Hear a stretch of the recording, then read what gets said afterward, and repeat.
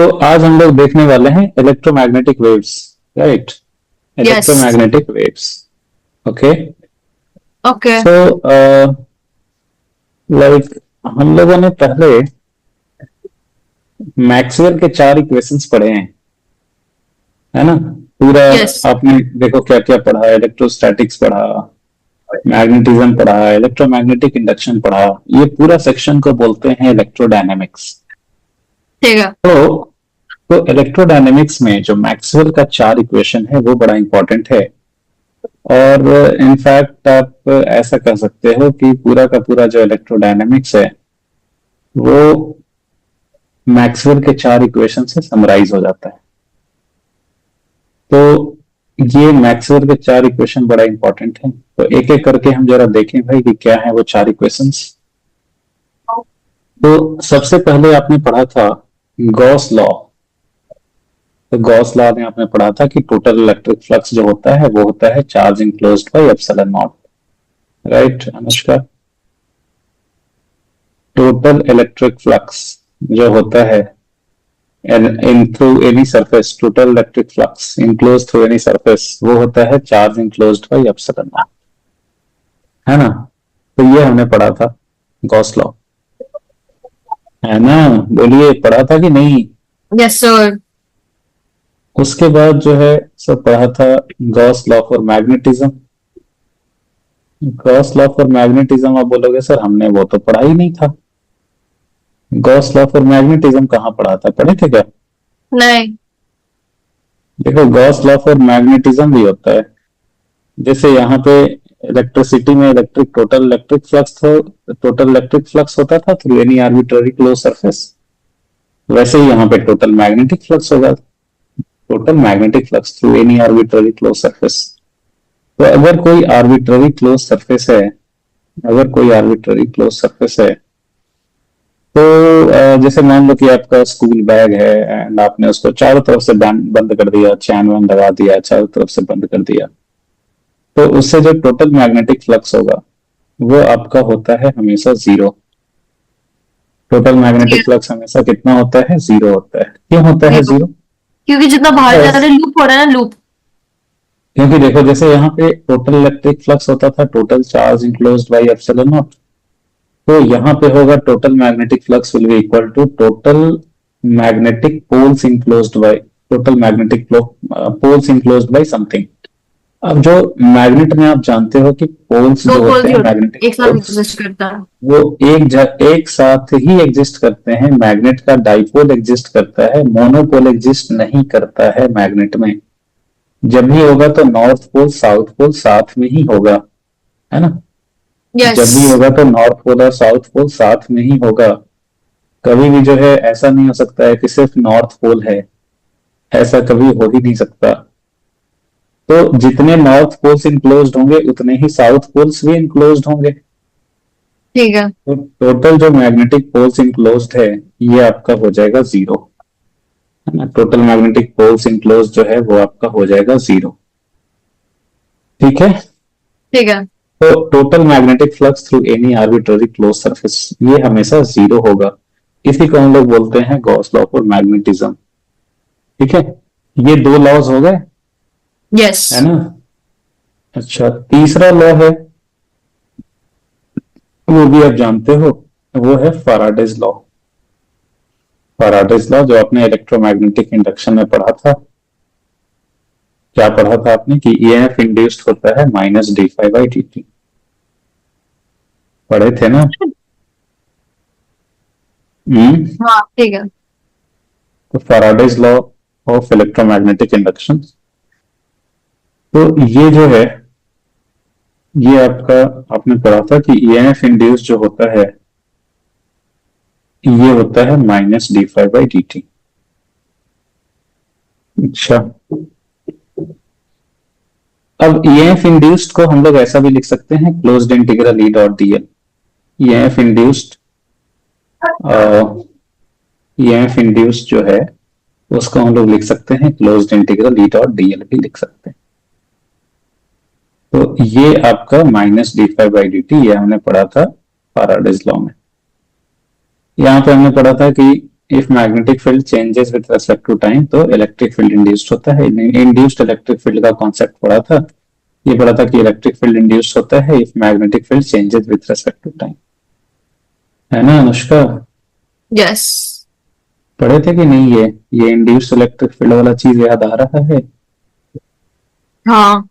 Induced electric field वाला चीज, induced electric field का एक्सप्रेशन भी होता था, बताओ तो जरा, देखते हैं याद है कि नहीं आपको। ये सिलेंड्रिकल रीजन ऑफ स्पेस में अगर मैग्नेटिक फील्ड है constant with respect to space but changing with respect to time, तो इसमें अगर मैग्नेटिक फील्ड चेंज हो रहा है टाइम के साथ, तो ये जरा बताना तो यहाँ से, इस सेंटर से आर डिस्टेंस पे कितना होता है इंड्यूस्ड इलेक्ट्रिक फील्ड का फॉर्मूला। इलेक्ट्रिक फील्ड इनसाइड का एक फॉर्मूला होता था, इलेक्ट्रिक फील्ड इनसाइड का, इंड्यूस्ड इलेक्ट्रिक फील्ड इनसाइड, और इंड्यूस्ड इलेक्ट्रिक फील्ड आउटसाइड के लिए एक फॉर्मूला होता था सिलेंड्रिकल रीजन ऑफ स्पेस में। जरा बताइएगा क्या है वो फॉर्मूला, याद है? ई नहीं, सॉरी, एक सेकंड, एक सेकंड। आ,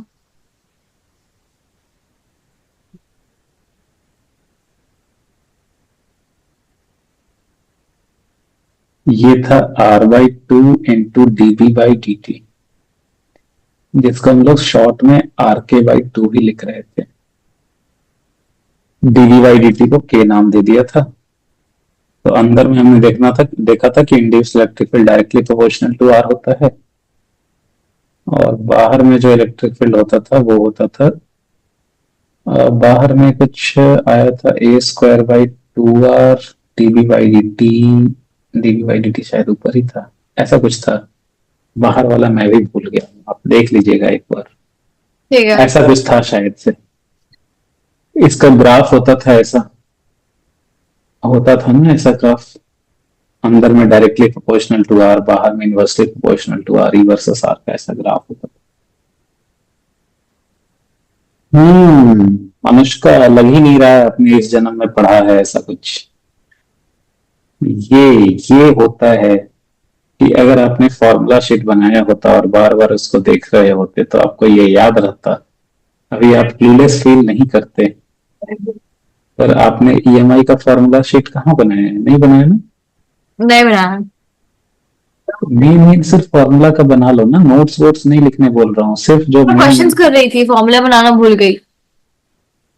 एक बना लो। तो क्योंकि नहीं तो फिर सब भूल जाएंगे, फॉर्मूला याद नहीं रहेगा तो कहाँ से क्वेश्चन बना पाएंगे एग्जाम में, ठीक है। है ना? तो एक बना लो आप, ठीक है। तो ये हमने पढ़ा था Faraday's law of electromagnetic induction, यही है मैक्सवेल का थर्ड लॉ, जो कि कहता है कि changing magnetic field with respect to time induces electric field, and this is given by this formula. ठीक है, तो तीन लॉज हो गए भाई। और चौथा जो मैक्सवेल का लॉ है वो है एम्पियर्स लॉ। उसने लॉ चुरा लिए थे क्या?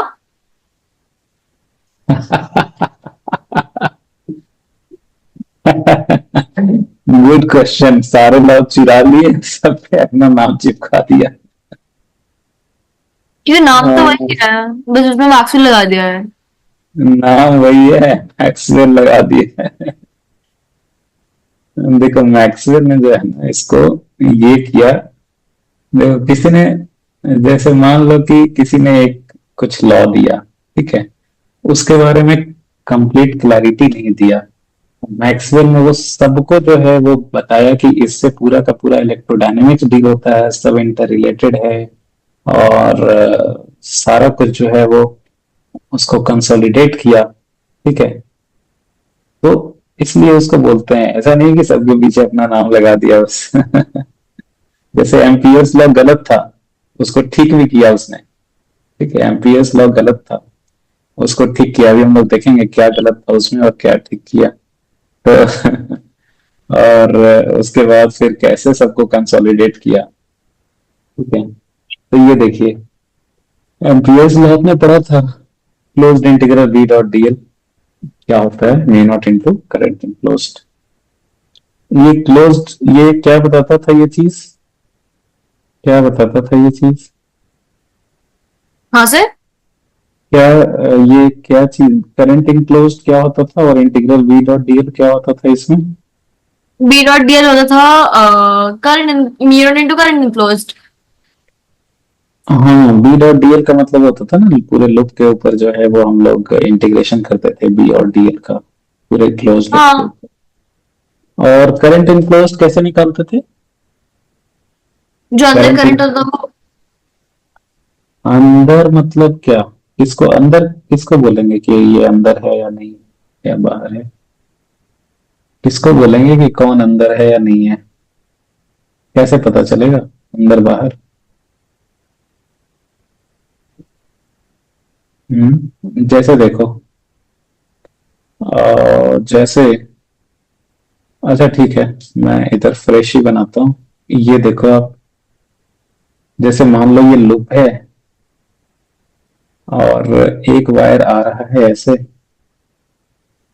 I1 है करंट इसमें, एक वायर ऐसे आ रहा है, इसमें करंट है I2,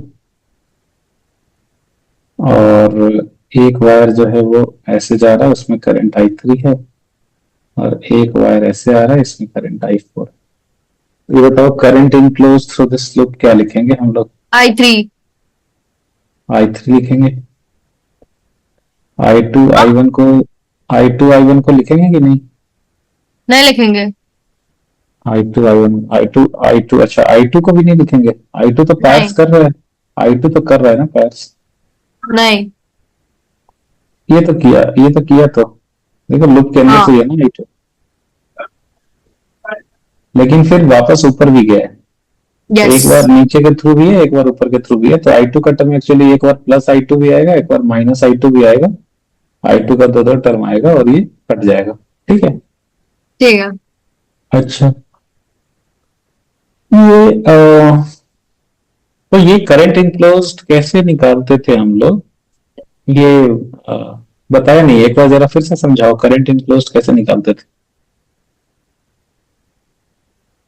करंट इनक्लोज कैसे निकालते हैं मतलब?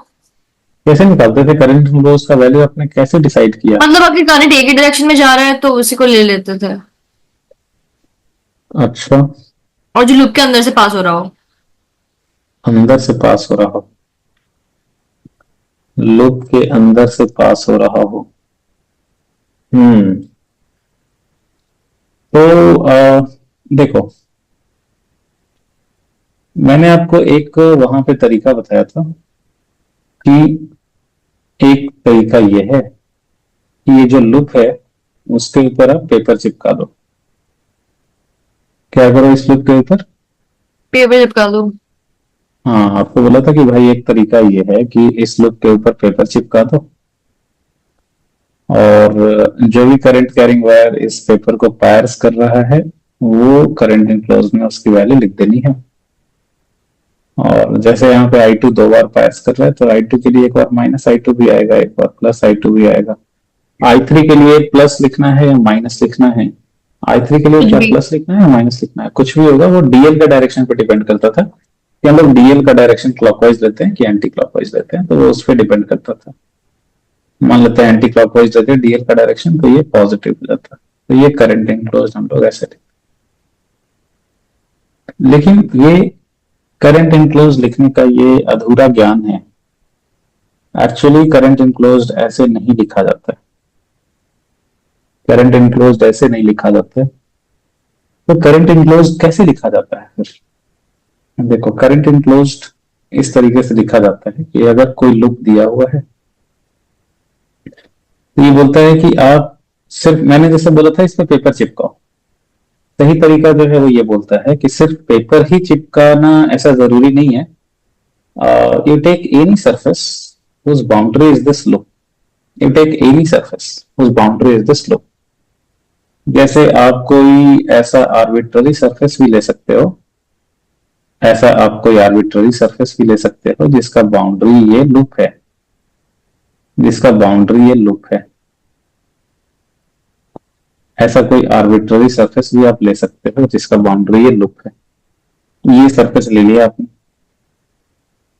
अच्छा, तो यहाँ पे अगर इस सरफेस को कोई करंट कैरिंग वायर पायर्स कर रहा है तो हम उस हिसाब से लिखेंगे, नहीं कर रहा है नहीं लिखेंगे। तो ऐसा पेपर ही चिपकाना है, मतलब यहाँ पे पेपर ही चिपकाना है ऐसा जरूरी नहीं है। सो एनी सरफेस उस बाउंड्रीज दिस लुक, उस बाउंड्रीज दिस लुक मतलब देखो इसको जरा ध्यान से समझो। आपने घड़ा देखा है, पॉट जिसमें पानी रखते हैं हम लोग, है ना? हाँ। तो ये घड़ा है, तो ये घड़ा का सरफेस हो गया, ये घड़ा का सरफेस हो गया, और इसका जो ऊपर में ओपनिंग है वही ये लूप है, समझ लो। उसका ऊपर में जो ओपनिंग है वही ये लूप है। तो एक ऐसा घड़ा जिसका ओपनिंग जो है वो ये लूप है, तो ये सरफेस पायर्स कर रहा है इसको। ये सॉरी, ये सरफेस है जिसका की बाउंड्री है ये लूप। तो हम लोग इस सरफेस को भी ले सकते हैं। अगर ऊपर वाले एग्जांपल में हम बोलें कि ये सरफेस है, ऊपर वाले एग्जांपल में अगर हम बोलें तो I1 करंट ऐसे आ रहा था, I2 करंट ऐसे जा रहा था, I2 करंट ऐसे जा रहा था, और I3 जो है वो ऐसे आ रहा था। तो अब मैं बोलूं कि अच्छा भाई ये घड़ा वाला जो सरफेस है इसको किसने किसने पायर्स किया, तो I2 ने तो टच ही नहीं किया। एक्चुअली जब सरफेस ऐसा ले रहे थे, पेपर जब सा चिपका दिया था, सरफेस वैसा ले रहा था, तब तो I2 उसको दो बार पायर्स कर रहा था, एक बार नीचे जा रहा था, एक बार उसको ऊपर आ रहा था पायर्स करके। तो हमने I2 को दो बार लिया था, एक बार -I2 प्लस I2। यहाँ पे अगर हम घड़ा वाला सरफेस लें तो I2 उसको टच ही नहीं कर रहा है। तो यहाँ पे करंट इनक्लोज्ड अगर लिखोगे तो I2 का टर्म डायरेक्टली आएगा भी नहीं, एक +I2 -I2 करके भी नहीं आएगा, बिकॉज वो घड़े के सरफेस को पायर्स ही नहीं कर रहा है। और I3 जो है वो तो जैसा आपने बताया कि प्लस भी ले सकते हैं, माइनस भी ले सकते हैं, वो तो डिपेंड करता है कि डीएल का डायरेक्शन हम क्या सिलेक्ट करेंगे। एम्पियर्स लॉ में लुक के ऊपर डीएल का क्या डायरेक्शन होगा। तो आप बोलोगे सर ये क्या इससे फायदा हो गया, मतलब ऐसा आपने ये बोल के ही क्या स्पेशल कर लिया, ये बोल के ही क्या स्पेशल कर लिया। तो देखो, एक्चुअली आप पेपर चिपकाओ, मतलब पेपर वाला प्लेनर सरफेस लो या फिर ये घड़ा वाला सरफेस लो, दोनों केस में करंट इनक्लोज्ड सेम ही आ रहा है यहाँ पे। तो हाँ। ये बताओ कोई ऐसा केस हो सकता है जिसमें कि करंट इनक्लोज जो है वो अलग अलग आए, वो पेपर चिपकाने वाला सरफेस के लिए अलग और ये घड़ा वाला सरफेस के लिए अलग, ऐसा कोई है क्या केस? um,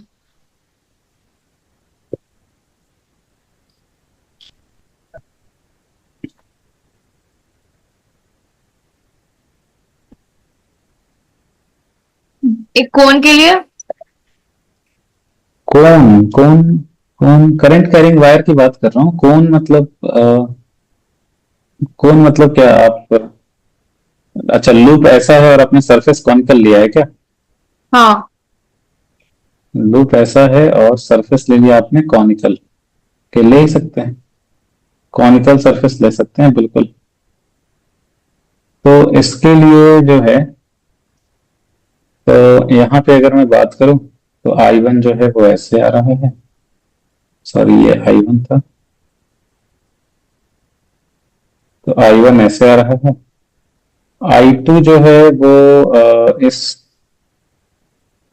ये वायर ऐसे आ रहा था, ऐसे वापस मोड़ रहा था इसको, इसमें भी I2 इसमें भी I2, और ये I3 जो है वो ऐसा था। तो अगर मैं I2 की बात करूं तो I2 जो है वो तो ये आपने सरफेस ये लिया है कॉनिकल सरफेस, जिसका भी बाउंड्री है ये लो, ये एक आइसक्रीम है जिसमें आपने ये कॉनिकल सरफेस लिया आइसक्रीम का, और इसका जो ओपनिंग है जो माउथ है वो ये सर्कल है। तो ये कॉनिकल सरफेस आपने लिया है, तो उसको तो ये वायर दो बार पायर्स कर रहा है। तो एक बार जो है वो नीचे जाते समय एक बार सरफेस को पायर्स कर रहा है, ऊपर आते समय तो करंट इनक्लोज में एक बार -I2 आएगा, एक बार +I2 आएगा, I2 वाला टर्म ऐसे भी कट जाएगा, तो सिर्फ I3 वाला ही टर्म आएगा। तो यहाँ पे भी करंट इनक्लोज सेम ही आ रहा है।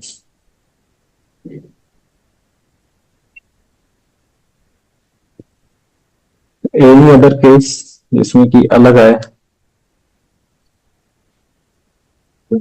सर कि अगर वो जा रहा है अंदर से पर वो लूप के बाहर से आप बाहर आ रहा है। हम्म। वो लूप के अंदर से अंदर जा रहा है पर लूप के बाहर से बाहर आ रहा है। लूप के अंदर से अंदर जा रहा है। अगर लूप के अंदर से अंदर जाएगा तो बाहर जब ये आएगा तो बाहर किधर से आ रहा है? आप बोल रहे हो घड़ा वाला सरफेस से आ रहा है। हाँ। तो उस केस में तो हम्म,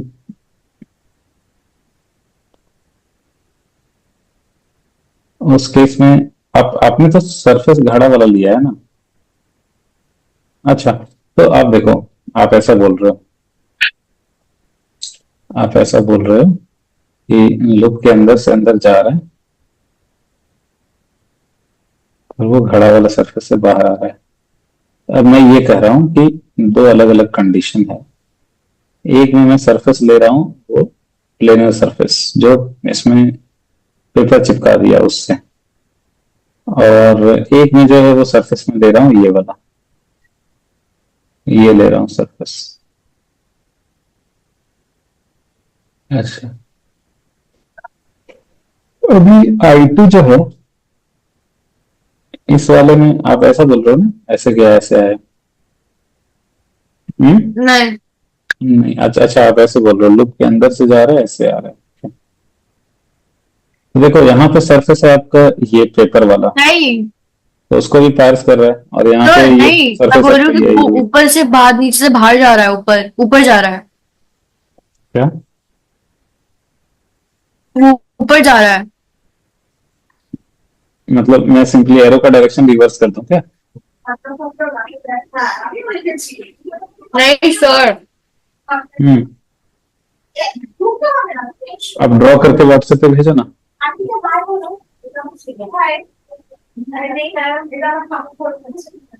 भेज सकते हैं।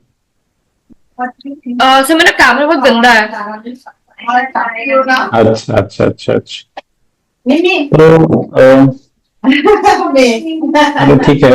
I saw your dance. Thanks. Yes. I mean, you didn't say anything for thanks. Huh?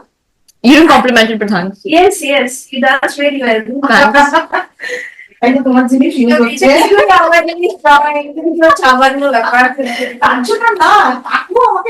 Sorry, sir. Sir. हाँ, कोई बात नहीं, कोई बात Sorry, नहीं। sorry. 2 मिनट रुक जाऊं क्या? नहीं नहीं सर, हो गया, चले गए बोलो। अच्छा अच्छा अच्छा, चलो वो ठीक घर है। के ओनर्स दिवाली पे घर देखना है।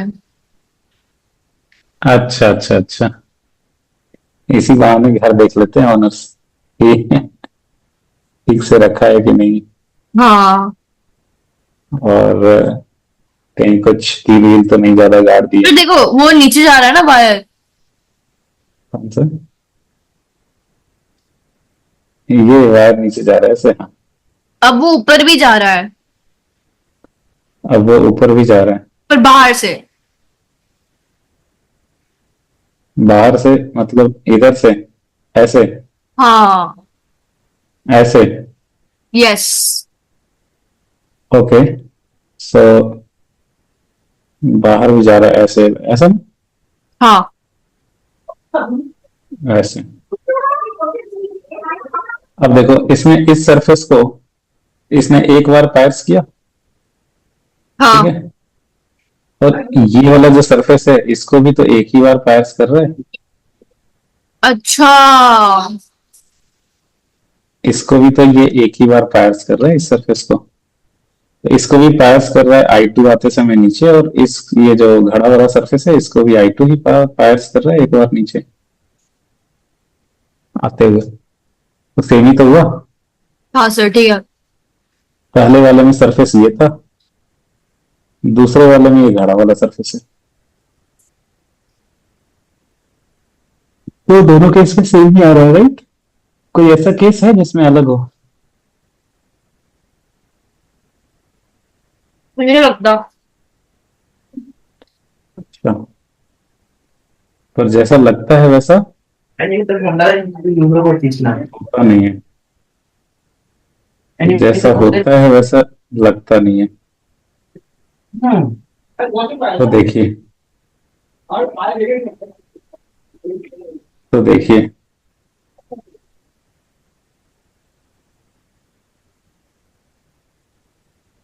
ये है, ठीक है, ओके। नेक्स्ट, अब आप ऐसा सिचुएशन समझो कि एक कैपेसिटर प्लेट है, ठीक है, क्या है अनुष्का? Capacitor plate. यस, एक कैपेसिटर प्लेट है और ये ऐसे बैटरी से कनेक्टेड है।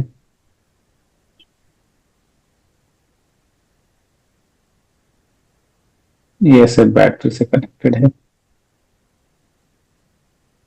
अच्छा, ये सेम डायग्राम जो है वो मैं कॉपी कर लेता हूं इधर।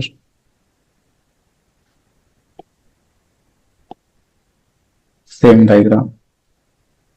अब पहले वाले में क्या है कि सरफेस है आपका ये वाला, आपने पेपर चिपका दिया। अब देखो लूप ये है, यही है आपका लूप जिस पे आप एम्पियर्स लॉ लगाने वाले हो। Let us call it as Amperian loop. तो ये एम्पीरियन लूप ये वाला है, गोल वाला जो सर्कुलर दिख रहा है। अब आपने कहा सरफेस जो है वो दो तरीके से ले आ सकता है, सरफेस कुछ भी ले आ सकता है। एक तो ये कर सकते हैं कि हमने ये पेपर चिपका दिया और ये सर्कुलर सरफेस हो गया, इसका भी बाउंड्री ये लूप ही है। और अदरवाइज बोल सकते हो कि नहीं, घड़े का मुंह खुला हुआ है और सरफेस जो है वो ये ले रहे हैं, ये कर्व वाला सरफेस ले रहे हैं पूरा घड़े का, और इसका भी बाउंड्री तो ये लूप ही है। तो ये सरफेस जो है वो अलग अलग लिया जा सकता है, ठीक है। तो किसी Yes. दो बच्चा है, दो बच्चा है।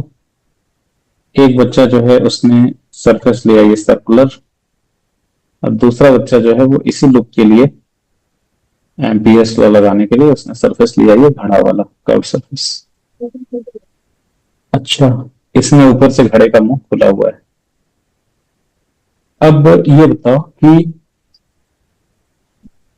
ये पहले वाले सरफेस में अब जो, अब देखो करंट तो फ्लो कर रहा है ना यहाँ पे, हाँ. तो करंट फ्लो कर रहा है। मान लो इधर रेसिस्टर भी होता होगा, मान लो आरसी सर्किट है ये, तो करंट फ्लो कर रहा है। तो करंट फ्लो होगा तो करंट कैरिंग वायर है तो मैग्नेटिक फील्ड भी होगा। तो due to this current carrying wire magnetic field भी प्रोड्यूस हुआ है। Due to this current carrying wire magnetic field भी प्रोड्यूस हुआ है,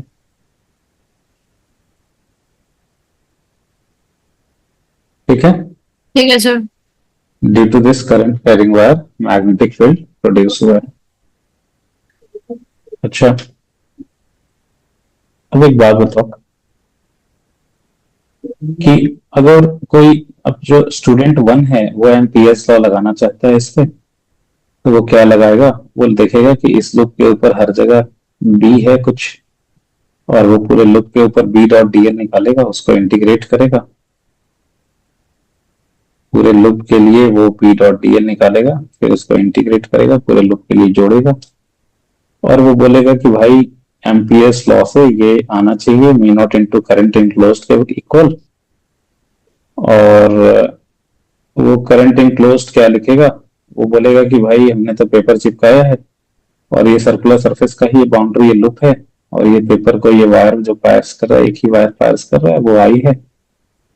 तो वो लिखेगा mu naught into current enclosed को वो आई लिखेगा, एज्यूमिंग कि उसने डीएल का भी डायरेक्शन ऐसे ही लिया है, बी और डीएल का सेम डायरेक्शन लिया है, तो क्लॉकवाइज ले लिया, तो वो करंट इनक्लोज्ड आई लिखेगा। तो कहेगा ये लो भैया हो गया, ये एम्पियर्स तो लगा दिया हमने। तो उसने सही काम ही किया है ना? बोलिए सही काम किया कि नहीं? हेलो, हाँ सर. इसने सही काम किया या कुछ गलत किया इसमें? सही किया है. सही किया। अब देखो दूसरा बच्चा है वो थोड़ा इनोवेटिव है, वो इनोवेटिव है। तो वो बोलेगा कि देखो भाई, मैं सरफेस जो है ना वो इस पर पेपर नहीं चिपकाने वाला हूँ। सर ने बोला था कि you can take any surface whose boundary is this slope.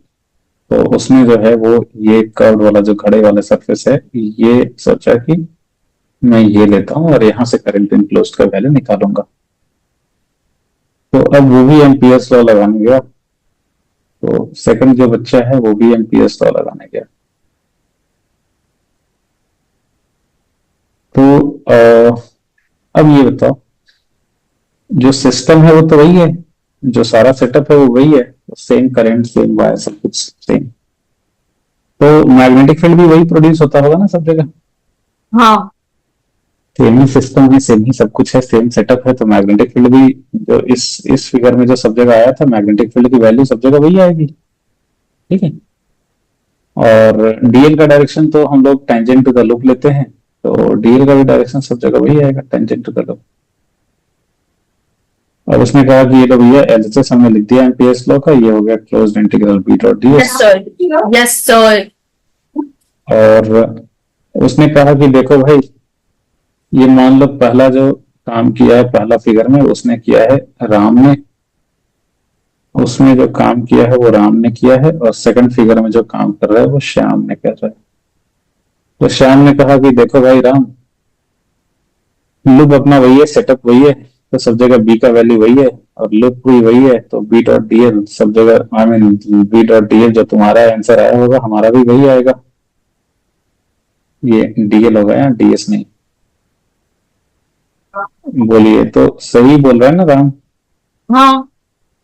हाँ, श्याम श्याम सही बोल रहा है कि देखो भाई राम, जो तुम्हारा आंसर आया था हमारा भी वही आंसर आना चाहिए। अच्छा। तो अब श्याम जो है वो बोलेगा कि यार ये हमारे लूप को कितने करंट ने पास किया, तो इसके लिए करंट इनक्लोज कितना हो गया?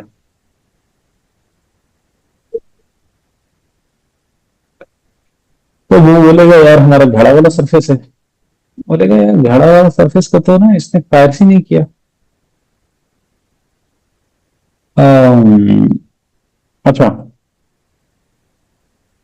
क्या बोलते हैं आप बोलोगे सर घड़ा वाले सरफेस को तो ये कैपेसिटर पास कर ही, ये वाला वायर पास कर ही रहा है। तो मैं एक काम करता हूँ, मैं थोड़ा सा ना चेंज कर देता हूँ और फिर थोड़ा मिटाना पड़ेगा।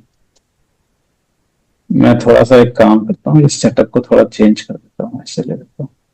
ये कैपेसिटर प्लेट एक बाहर है, ठीक है, एक कैपेसिटर प्लेट किधर है? बाहर। ये रहा सेटअप आपका। अब ये बताओ, सेम दोनों फिगर सेम है। अब ये बताओ श्याम के लिए जो है वो कितना हो गया करंट, ये करंट इनक्लोज्ड। इसके सरफेस को किसी वायर ने पायर्स ही नहीं किया है। ये घड़े वाले सरफेस को किसी वायर ने पायर्स किया? नहीं, नहीं किया। तो श्याम के लिए करंट इनक्लोज्ड कितना हो गया? जीरो। तो श्याम के लिए आ गया ये जीरो। अब राम और श्याम दोनों जो है वो दौड़े दौड़े पहुंचे सर के पास। बोले बोले सर देखिए, हमने सेटअप सेम लिया था, सब करंट सेम, सारे वैल्यू सेम, सब कुछ सेम, तो सब जगह पे मैग्नेटिक फील्ड जो है ये लूप हमारा सेम है, तो इसके हर एक पॉइंट पे बी का वैल्यू सब जगह सेम रहेगा। आपने बोला बिल्कुल हाँ सेम रहेगा। तो ये लूप भी सेम है, तो बी डॉट डीएल करेंगे तो हम लोगों का आंसर भी सेम आना चाहिए, हाँ सही आना चाहिए। बट उसने दिखाया कि देखिए फर्स्ट वाले में तो आंसर आया मीडियम इनटू करंट इनक्लोज्ड, और सेकंड वाले में तो जीरो आ रहा है, तो इसका मतलब तो एम्पियर्स लॉ फेल हो गया, है ना? Yes sir. तो एम्पियर्स लॉ फेल हो गया। तो अब सब लोग परेशान हो गए, भाई एम्पियर्स लॉ फेल हो गया, फेल हो गया, फेल हो गया, और शहर में ढिंडोरा पिटा गया, एम्पियर्स लॉ फेल हो गया। तब आए मैक्सवेल और उन्होंने कहा कि यार देखो, ये जो एम्पियर्स लॉ है ना वो फेल हुआ है, बट क्योंकि वो आधा अधूरा लॉ, वो आधा अधूरा लॉ है। एम्पियर ने कहा कि देखो एम्पियर्स लॉ जो है वो सिर्फ तभी वैलिड होगा ना जबकि एक वहां पे चीज लिखवाया था, जब आपको एम्पियर्स लॉ पढ़ाया था ना, तो आपको एक चीज वहां पे नोट में लिखवाया था कि Ampere's law is valid only when, Ampere's law is valid, कुछ याद है? क्या लिखा था आपने? Ampere's law is valid only when, नहीं। ओनली व्हेन उस रीजन में मैग्नेटिक फील्ड जो है वो टाइम के साथ चेंज नहीं हो रहा हो। हाँ हाँ हाँ और हाँ। यू कैन से कि वैलिड, हाँ तो या आप ये बोल सकते हो कि सिर्फ चार्ज फ्री रीजन में ही ये वैलिड था।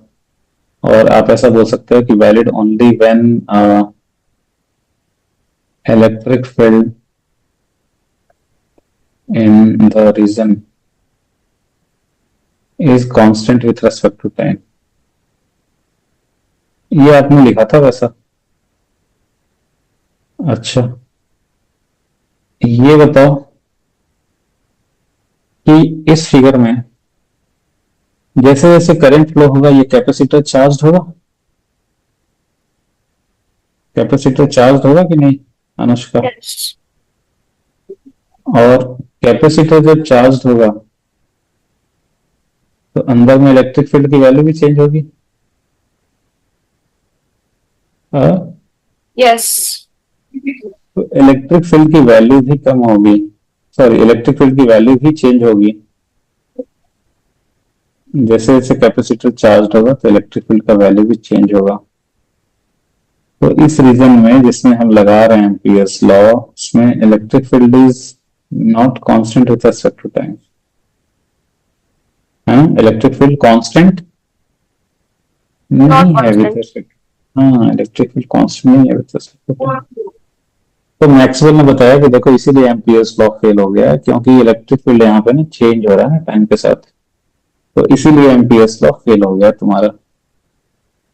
तो लोगों ने बताया, पूछा कि भाई तो क्या उपाय है?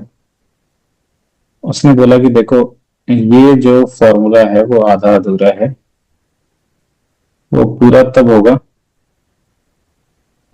Closed integral v dot dl is equal to mu naught into current enclosed, तो था ही। उसने बोला कि इसमें एक टर्म जोड़ना पड़ेगा, वो होगा mu naught epsilon naught d by d t of phi E. क्या जोड़ना होगा? Mu naught D naught D phi by dt. हाँ, उसने बोला कि यार तुम्हारा एम्पियर्स लॉ इसीलिए फेल हो रहा है क्योंकि तुम एक टर्म छोड़ के काम कर रहे हो। अगर ये चीज लोगे ना फिर ये फेल नहीं होगा। तो लोगों ने बोला प्रूफ करके दिखाओ कि ऊपर वाले केस में ये काम कर रहा है सही ढंग से। उसने कहा हाँ बिल्कुल। अब देखो, अब हम लोग ये देखते हैं कि अगर वो सही काम कर रहा है नीचे वाला, तो दोनों फिगर के लिए सेटिस्फाई होना चाहिए, राइट? Yes. और देखो दोनों फिगर में सेटअप सेम है, सब कुछ लूप सेम, सारा सेटअप सेम, तो अंदर के सारे पॉइंट्स में मैग्नेटिक फील्ड सेम होने चाहिए, तो बी डॉट डीएल सेम आना चाहिए सब जगह, तो बी डॉट डीएल सेम होना चाहिए। दोनों के लिए जो राम और श्याम दोनों के लिए जो इंटीग्रल बी डॉट डीएल का आंसर है वो सेम आना चाहिए, राइट? Hmm. है ना? ये बात आ रही है समझ में? Yes. तो अच्छा, अब देखते हैं जरा। राम के लिए तो बड़ा आसानी से निकल गया था, राम ने निकाल लिया था कि भाई यहाँ पे जो करंट इनक्लोज्ड है वो पेपर चिपका दिया हमने, इसको आई पास कर रहा है, ये आई होगा, तो राम के लिए तो निकल गया आसानी से। बारी है श्याम की। तो श्याम की बारी है, तो देखिए ये एक काम करते हैं, wait wait wait wait wait. Anushka नींद तो नहीं आ रही है? हाँ। नींद तो नहीं आ रही है? नहीं नहीं सर। अच्छा, एक काम करते हैं, ये हमारा फिगर है और हम लोग इसके लिए ना क्या करेंगे कि ये वो जो नया वाला लॉ लगा है, लिखा है, ये दोनों के लिए अप्लाई करके देखेंगे। ठीक है? ठीक है। ये रहा आपका। तो देखिए, अगर मैं राम की बात करूं तो ये बताओ, ये सरफेस जो है, ये जो पेपर उसने चिपकाया, ये कैपेसिटर प्लेट्स के बाहर का है, इधर का है? कैपेसिटर प्लेस के बाहर का। हाँ, तो राम के लिए ये जो उसने पेपर चिपकाया, जो सरफेस लिया सर्कुलर, वहां पे क्या कोई इलेक्ट्रिक फील्ड है? या कैपेसिटर के बाहर होने से कोई इलेक्ट्रिक फील्ड यहाँ पे नहीं होगा? ये तो कैपेसिटर के बाहर है, तो इलेक्ट्रिक फील्ड तो जीरो होगा ना कैपेसिटर के बाहर। यस कैपेसिटर प्लेट्स की वजह से जो इलेक्ट्रिक फील्ड होता है वो तो सिर्फ कैपेसिटर प्लेट्स के बीच में ही होता है ना, यस है ना। तो इलेक्ट्रिक फील्ड जो है वो जीरो है राम के लिए, तो राम के लिए फ्लक्स कितना हो जाएगा सरफेस के लिए। 0 तो इलेक्ट्रिक फील्ड जीरो है तो ये फ्लक्स भी जीरो हो गया। फ्लक्स जीरो हो गया तो राम जो है ना वो बोलेगा कि यार ये जो चीज है ना इसमें दो टर्म थे, तो पहला था mu naught into current enclosed और दूसरा था mu naught epsilon naught d by d t of phi. तो राम ये बोलेगा कि देखो यार मेरा जो पहला वाला टर्म था उसमें तो वैल्यू आ गया था मेरा म्यू नॉट इंटू आई, और दूसरा जो टर्म था ये मेरा जीरो आ गया था, क्योंकि बाहर में कोई फ्लक्स ही नहीं है तो जो d by d t of I है वो जीरो ही होगा। तो राम ने ये बातें कही, है ना। यस मोनोटोनस हो गया अनुष्का पूरा, अभी क्लास, नींद आ रही है, मुझे भी नींद आ रही है, आपका तो छोड़ ही दो। हाँ, क्लास मोनोटोनस हो गया। क्या आपको नहीं लग रहा है मोनोटोनस। नहीं सर ऐसी बात नहीं है। ये देखो श्याम क्या लिखेगा, श्याम के लिए जो वो लिखेगा closed integral B dot dl, तो श्याम लिखेगा mu naught into current enclosed. Shyam के लिए करंट इनक्लोज जीरो हो गया, राइट। श्याम के लिए करंट इनक्लोज जीरो हो गया ना, क्योंकि वो तो इसके सरफेस को पायरसी नहीं कर रहा है। और दूसरा वाला जो टर्म है mu naught epsilon naught d by d t of phi, ये जरा श्याम के लिए चेक करते हैं ये क्या है। तो देखो तो श्याम के लिए ये जो सरफेस है उससे क्या फ्लक्स चेंज हो रहा है क्या। श्याम के लिए ये जो सरफेस है उससे क्या फ्लक्स चेंज हो रहा है क्या, नहीं इलेक्ट्रिक फ्लक्स चेंज हो रहा है। नहीं हो रहा है, हो रहा है, हो रहा है, हो रहा है। ये देखो ये जो सरफेस है ये कैपेसिटर प्लेट्स के बीच से ही तो होके आ रहा है।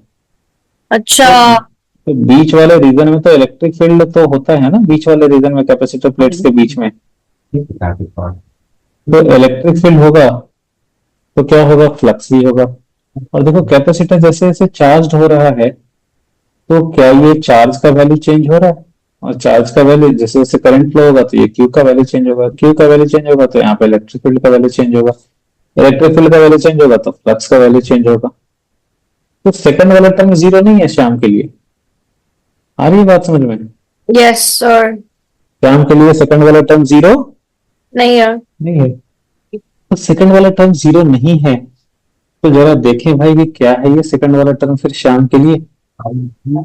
तो देखो श्याम के लिए सेकंड वाला जो टर्म है वो है mu naught epsilon naught d by d t of, ये बताओ फाई ई के जगह पे मैं फ्लक्स, फ्लक्स क्या लिखूंगा, देखो यहाँ पे इलेक्ट्रिक फील्ड है तो मैं फ्लक्स लिख सकता हूँ electric field into this area.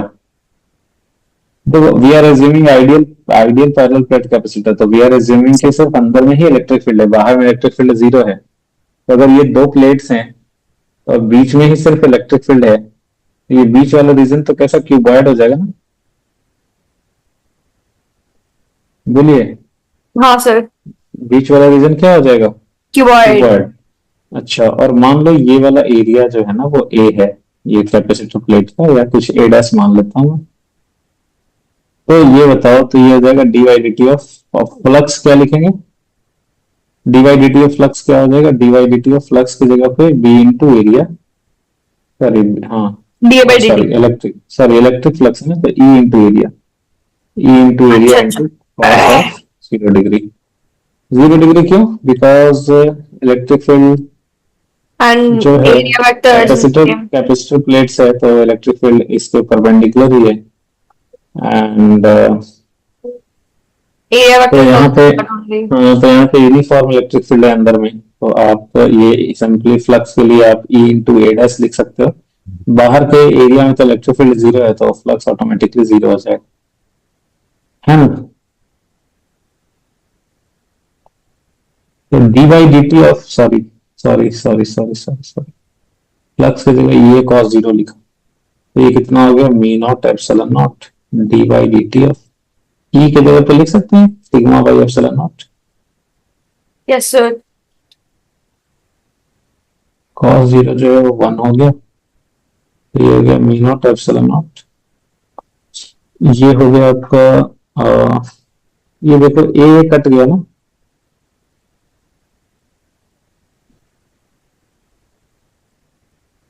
अंदर में रह जाएगा बस d by d t of q. ये देखो ए कट गया, ये एप्सिलॉन नॉट कट गया, ये d q by d t I ही रह गया, तो देखो सेम ही आ गया। सेम ही आ गया। देखो राम के लिए पहला टर्म मी नॉट आई था, दूसरा टर्म जीरो हो रहा था, श्याम के लिए पहला टर्म जीरो हो रहा है, दूसरा टर्म मी नॉट आई आ गया। ओवरऑल आरएचएस दोनों का सेम ही आ रहा है। ठीक है सर। ये बात आई समझ में? Yes sir. क्या समझ में आया कि राम और श्याम दोनों के लिए जो ओवरऑल जो टोटल टर्म है आरएचएस वो सेम ही आ रहा है। बस क्या है ना कि इसमें जो दो टर्म्स हैं, राम के लिए पहला टर्म जो है वो मी नॉट आई आ गया है, दूसरा टर्म जीरो है। श्याम के लिए पहला टर्म जीरो आ गया है, दूसरा टर्म जो है वो उसका वैल्यू मी नॉट आई आ रहा है ना? Yes sir. हाँ, तो ये एम्पियर्स मैक्सवेल लॉ इसको बोलते हैं, क्योंकि ये किसी भी सिचुएशन में ये सेटिस्फाई कर रहा है। ठीक है, एम्पियर्स लॉ। तो अभी आप समरी बताओ, एम्पियर्स लॉ कब फेल होगा? जब वैरिंग मैग्नेटिक फील्ड होगा। वैरिंग इलेक्ट्रिक फील्ड होगा, रीजन में इलेक्ट्रिक फील्ड चेंज होगा टाइम के साथ। जैसे कैपेसिटर चार्ज हो रहा है तो इलेक्ट्रिक फील्ड चेंज हो रहा है ना कैपेसिटर प्लेट्स के बीच में। हाँ, तो उस केस में वो मैग्नेटिक फील्ड जो है वो हाँ, तो वायरिंग इलेक्ट्रिक फील्ड होगा तो क्या करेंगे हम लोग? वायरिंग इलेक्ट्रिक फील्ड होगा तो हम लोग एम्पियर्स मैक्सवेल लॉ लिखेंगे, जिसमें एक और टर्म आ जाएगा। क्या आ जाएगा? एक और टर्म डिवाइडेड ऑफ फाइव।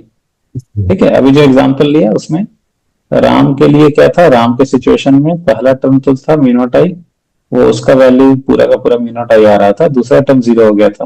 और यहाँ पे एक दूसरा ऑब्जर्वर लिए श्याम, उसके लिए पहला टर्म जीरो हो गया, दूसरा टर्म जो है वो ये इतना आ गया फर्स्ट टर्म के। ठीक है सर। हमारी बात समझ में? बात समझ में आई? यस। तो एम्पियर्स मैक्सवेल लॉ का पूरा स्टेटमेंट बताइए एक बार। जब वेरी इलेक्ट्रिक फील्ड होता है तब एम्पियर मैक्सवेल यूज करता है, तब वहां पर एक एक्स्ट्रा टर्म आ जाता है जो कि होता है mu naught E naught d phi E by d t. अब देखो, तो अगर मैं एम्पियर्स लॉ लिखूं, अच्छा ये वाला कैसे लिखा ये समझ में आया क्या? ये वाला चीज कैसे लिखा? हाँ सर। देखो, अगर मैं एम्पियर्स मैक्सवेल लॉ लिखूं फिर से, एम्पियर्स मैक्सवेल लॉ, तो ये क्या है? Closed integral B dot d l is equal to mu naught into current enclosed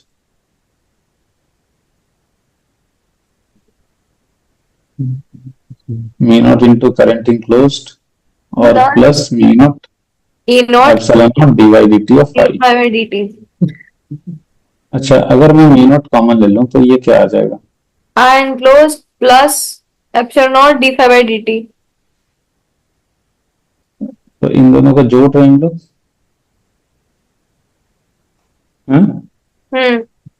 अच्छा, आपने एक चीज पढ़ा है यूनिट्स एंड डायमेंशंस में कि दो सेमी फिजिकल क्वांटिटी को ऐड किया जा सकता है। 5 केजी में 2 केजी ही ऐड करोगे, 5 केजी प्लस 4 मीटर ये मीनिंगलेस है, right? Yes sir. 5 KG plus 2 second ये मीनिंगलेस है। तो सेम ही टाइप के दो फिजिकल क्वांटिटीज को ऐड किया जाता है, सब्ट्रैक्ट किया जाता है। तो अगर आप यहाँ पे करंट में किसी चीज को जोड़ रहे हो, इसका मतलब ये जो दूसरा चीज है इसका भी डायमेंशन क्या होता होगा? हाँ, करंट में अगर आप कोई चीज जोड़ रहे हो तो जो दूसरा टर्म है इसका भी जो डायमेंशन होगा वो करंट के इक्वल होगा ना भाई। करंट में करंट ही तो जोड़ सकते हैं, कुछ और थोड़ी ना जोड़ेंगे उसमें। Ampere ampere. हाँ, तो इसका जो डायमेंशन होगा ये भी करंट के ही इक्वल होगा, तो हम लोग इसको बोलते हैं डिस्प्लेसमेंट करंट। अच्छा, क्या बोलते हैं इसको? Displacement current. और ये वाला जो चीज है इसको बोलते हैं कंडक्शन करंट। ये लगता है पढ़ा है क्या आपने? पूरा चौंक गया आप। हाँ हाँ, हाँ, क्या पढ़े थे? डिस्प्लेसमेंट करंट के बारे में, क्या पढ़े थे बताइए। कि जब कैपेसिटर में जो करंट जाता है वो एड अप नहीं होता, इसलिए मतलब हमने क्या करंट बनाया था जिसको बोलते डिस्प्लेसमेंट करंट। हम्म, डिस्प्लेसमेंट करंट का वैल्यू ये याद रखना है, एम्पियर्स मैक्सवेल लॉ से आ रहा है, epsilon naught into d by dt of I. ठीक है। ओके। हाँ, और कई बार ऐसा होता है ये जो कंडक्शन करंट है इसको आईडी से डिनोट करते हैं, और ये डिस्प्लेसमेंट करंट को आई, सॉरी, डिस्प्लेसमेंट को डी से और ये कंडक्शन वाले को सी से, ऐसे भी डिनोट किया जाता है। ठीक है। Okay sir. ओके, तो एम्पियर्स मैक्सवेल लॉ समझ में आया चलो? Yes sir. Hmm. Yes. Hmm, तो अभी इस पे जो है, इस पे आगे क्या करना है, एक सेकंड। हम्म, चलो एक काम करते हैं, एक एग्जांपल लेते हैं। ये मान लो ये दो कैपेसिटर प्लेट्स हैं, इनका एरिया जो है, रेडियस आर ले लो आप। मान लो इनका रेडियस जो है वो आर है, और यहाँ पे एक लूप लिया गया है, इस एक्सिस से ये आर डिस्टेंस का लूप है, स्मॉलर। तो इस लूप से कितना डिस्प्लेसमेंट करंट फ्लो करेगा, ये बताना है आपको।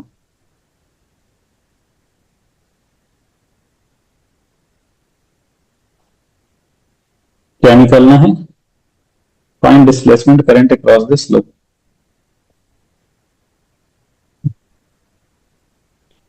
Find displacement current across this loop. उसका क्यों अच्छे? Sorry sir. डिस्प्लेसमेंट करंट निकाले कि नहीं? नहीं निकल रहा सर। नहीं निकल रहा है? नहीं। क्यों? फॉर्मूला तो पता है। हाँ, देखो, डिस्प्लेसमेंट करंट का फॉर्मूला क्या है, देखो। Epsilon naught d phi E by d t. हाँ, ये है epsilon naught d by d t of electric flux. अब देखो, ये कैपेसिटर प्लेट आप आइडियल मान रहे हो, तो आइडियल कैपेसिटर प्लेट में आप जानते हो कि जो इलेक्ट्रिक फील्ड होता है वो बीच वाले रीजन में होता है ना? Yes, sigma by epsilon naught. बीच वाले रीजन में जो है वो यूनिफॉर्म इलेक्ट्रिक फील्ड होता है, बीच वाले रीजन में, है ना? यस। तो ये बीच वाले रीजन में यूनिफॉर्म इलेक्ट्रिक फील्ड होता है। तो और ई का वैल्यू कितना होता है? अच्छा, बाहर में इलेक्ट्रिक फील्ड जीरो होता है, ई आउटसाइड जीरो, कैपेसिटर है ना? और अंदर में जो इलेक्ट्रिक फील्ड होता है वो अंदर में कितना होता है? ई sigma inside bye epsilon not. Sigma by epsilon not. बहुत बढ़िया। That is Q by A A, epsilon लिख नॉट। सकते हैं Q by A. Good, that's great. So okay, तो यहाँ पे तो हमें ये जो छोटा सा लूप दिया है उससे निकालना है फ्लक्स, है ना? यस। तो छोटे से लूप का एरिया तो कितना हो जाएगा, पाई इंटू स्मॉलर का स्क्वायर, है ना? यस। और यहाँ पे जो है आपका, तो ये वैल्यूज जब डाल दें तो सर आईडी इसका, की वैल्यू हो सर जाना इसका चाहिए एप्सिलॉन। पूरे का जो जा रहा है उतना उसका फ्रैक्शन ही तो जाएगा अंदर से, हाँ हाँ हाँ हाँ, तो वो सही आर बोल रहे हो। स्क्वायर कैपिटल आर स्क्वायर ही हो जाएगा ना। एक सेकंड वैसे भी कर लेंगे, ठीक है, आपको शॉर्टकट भी बता देंगे, पर फिलहाल जो है वो लंबे मेथड से कर लेते हैं। तो ठीक ये है। छोटा सा लूप है, इसका एरिया है पाई इंटू स्मॉलर स्क्वायर, और इलेक्ट्रिक फील्ड जो है वो परपेंडिकुलर ही है इसके। तो cos area zero. Area vector area भी वेक्टर भी परपेंडिकुलर टू द सरफेस ही होता है, तो ई और ए के बीच में एंगल कितना है? ये कॉस 0 डिग्री। जीरो। तो ये हो गया ई into area into cos zero. अब छोटा वाला जो लूप है,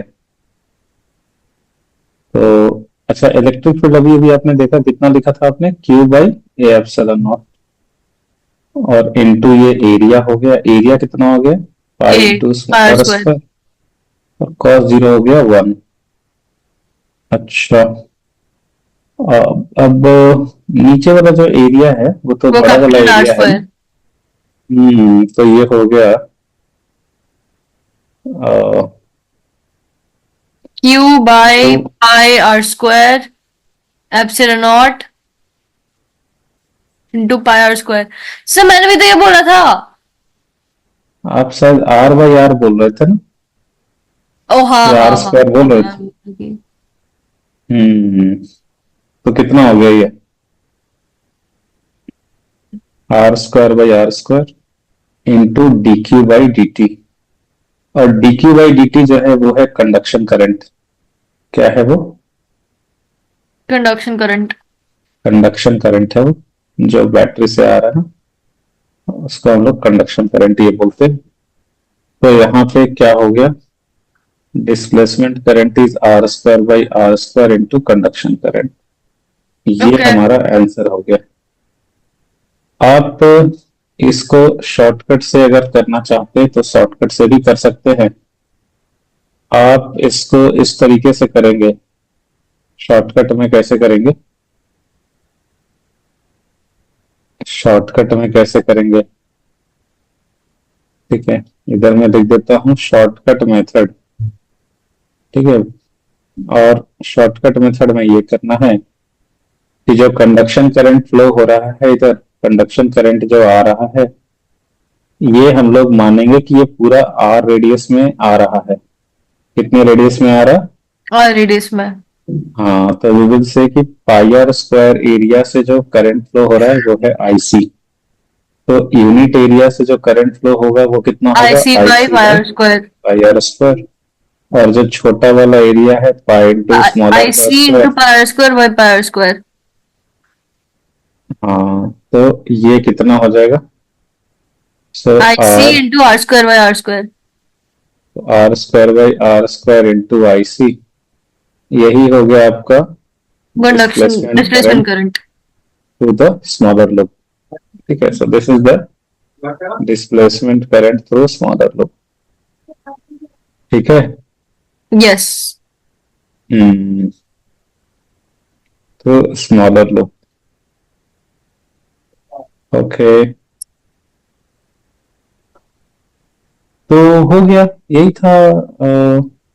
हो गया, मतलब वो ईएम वेव्स में दो पार्ट है, तो एक पार्ट हुआ है डिस्प्लेसमेंट करंट वाला, दूसरा पार्ट अभी बाकी है।